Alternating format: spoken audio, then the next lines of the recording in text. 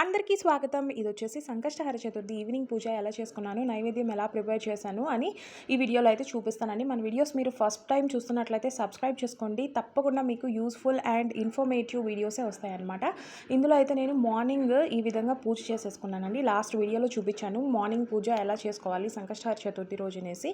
ఇంకా ఈవినింగ్ అయితే మనము ఈవినింగ్ కోసము స్వామివారికి నేను చెప్పిన విధంగా రవ్వతో ఉండ్రాళ్ళుని అయితే తయారు చేసుకోవాలన్నమాట. రవ్వతో ఉండ్రాళ్ళు ఎలా చేసుకోవాలంటే బియ్యపు రవ్వ ముందుగా మనము సిద్ధం చేసుకోవాలి.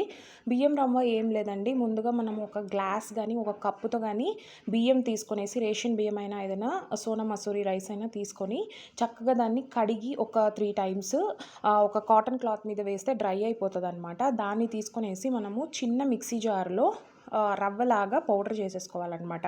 చేసుకున్న తర్వాత ఇలా ఒక కడాయి కానీ ఒక గిన్నె కానీ పెట్టుకొని అందులో 1 కప్ ఆఫ్ పౌడర్కి, రైస్ పౌడర్కి మనము 3.5 కప్స్ వాటర్ అయితే వేసుకోవాలన్నమాట. హాట్ వాటర్ అండి. ఒక గిన్నెలో 3.5 గ్లాస్ వాటర్ వేసేసుకొనేసి అందులో ఒక 2 స్పూన్స్ సాల్ట్, 1 టేబుల్ స్పూన్ వచ్చేసి జీలకర్ర, అలాగే ఒక 2 టేబుల్ స్పూన్ పచ్చిశనగపప్పుని ఒక హాఫ్ అన్ అవర్ నానబెట్టుకొనేసి వేడి వాటర్లో వేసేసి బాగా పప్పు ఉడికేదాకా వెయిట్ చేసిన తర్వాత ఈ రవ్వని కూడా ఈ హాట్ వాటర్లో వేసి బాగా మిక్స్ చేసుకోవాలండి. ఉండలు కట్టకుండా, అడుగంటకుండా మనము తిప్పుతూనే ఉండాలన్నమాట. మనకి ఇది నాకు తెలిసి నియర్లీ 20 మినిట్స్ టైం అయితే పడుతుందండి. ఉడికిపోతుంది మూత పెట్టేసి. అప్పుడప్పుడు మూత తీసి కలయబెడుతూ ఉంటే చక్కగా మనకి దగ్గరకు వచ్చేస్తుంది అనమాట. దగ్గరకు వచ్చిన తర్వాత ఇలా నెయ్యి చేతికి రాసేసుకొని మనము ఉండ్రాళ్ళని అయితే చేసేసుకోవాలి. ఈ ఉండ్రాళ్ళు వచ్చేసి 21 చేసుకోవాలండి. గణపతికి 21 సంఖ్య అంటే చాలా ఇష్టము. స్వామివారికి ఈ ఉండ్రాళ్ళు అంటే కూడా చాలా ఇష్టం అంట.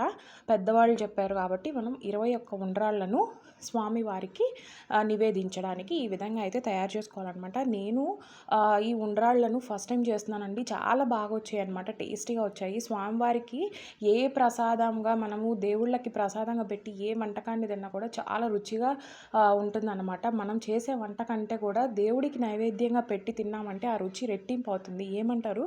నిజమే కదా? మీరు కూడా కమెంట్ చేయండి. సో ఇలాగ నేను 21 ఉండ్రాళ్ళను అయితే సిద్ధం చేసి పెట్టేసుకున్నాను అనమాట. పూజకి తర్వాత ఏమంటే నేను చెప్పిన విధంగా గరికతో పూజ చేసుకోవాలన్నమాట. దూర్వాయుజ్మ పూజ అని ఉంటుంది. సో దూర్వాయుగ్మ పూజ కోసం నేను 11 కట్టలను చిన్న చిన్న కట్టల్లాగా తయారు చేసుకున్నానండి గరికని. దాంతో స్వామివారికి దూర్వాయుగ్మ పూజ అయితే చేసేసుకున్నాను అనమాట. చాలా చక్కగా అనిపించిందండి. చాలా పాజిటివ్ వైబ్స్ వచ్చాయి. చాలా ఫ్రెష్గా అనిపించింది అనమాట. సో నాకు ఇవాళ మార్నింగ్ నుంచి నైట్ దాకా స్వామివారి నామస్మరణలోనే గడిచిపోయింది. చూడండి ఎంత చక్కగా ఉందో. స్వామివారికి నివేదించిన తర్వాత నేను ఈ విధంగా అయితే గరికతో కూడా స్వామివారికి పూజ చేసుకున్నాను. యథావిధిగా సాయంత్రం దీపారాధన చేసుకొని స్వామివారి శ్లోకాలు చదువుకొని, నేను చెప్పాను కదండి స్వామి దగ్గర ఒక చిన్న బెల్లం ముక్క, అలాగే ఒక ఉండ్రాయి కూడా స్వామి దగ్గర సపరేట్గా ఒకటి ఎక్స్ట్రా చేసుకొని స్వామి ఫోటో దగ్గర అయితే పెట్టేసుకున్నాను అనమాట. స్వామి పాదాల దగ్గర ఈ గరికనంతా కూడా చక్కగా పూజ చేస్తూ మంత్రాలు చెప్పుకుంటూ స్వామి పాదాల చెంత పెట్టేశానండి. నేనైతే ఈ చవితి పూజని చాలా చక్కగా చేసుకున్నాను. నా మధ్యలో ఉండే కోరిక ఏదైతే ఉందో అది తీరేలాగా స్వామి తప్పకుండా ఆశీర్వదిస్తారు. ఆశీర్వాదంలో మీ యొక్క హస్తం కూడా ఉండాలండి. మీరు ఆ పని చేస్తేనే నేను అనుకున్న కోరిక అయితే నెరవేరుతుంది. అదేంటో మీకు అర్థమైందని అనుకుంటాను. సో మన యూట్యూబ్ ఛానల్ చక్కగా సక్సెస్ అవ్వాలండి. మీ అందరూ కూడా నా ఛానల్ని లైక్ చేయండి, అలాగే సబ్స్క్రైబ్ చేయండి. ఈ వీడియోస్ మీకు ఇన్ఫర్మేటివ్గా ఎవరికైనా యూస్ అవుతాయి అనిపిస్తే ఖచ్చితంగా షేర్ చేయడం మాత్రం మర్చిపోవద్దండి.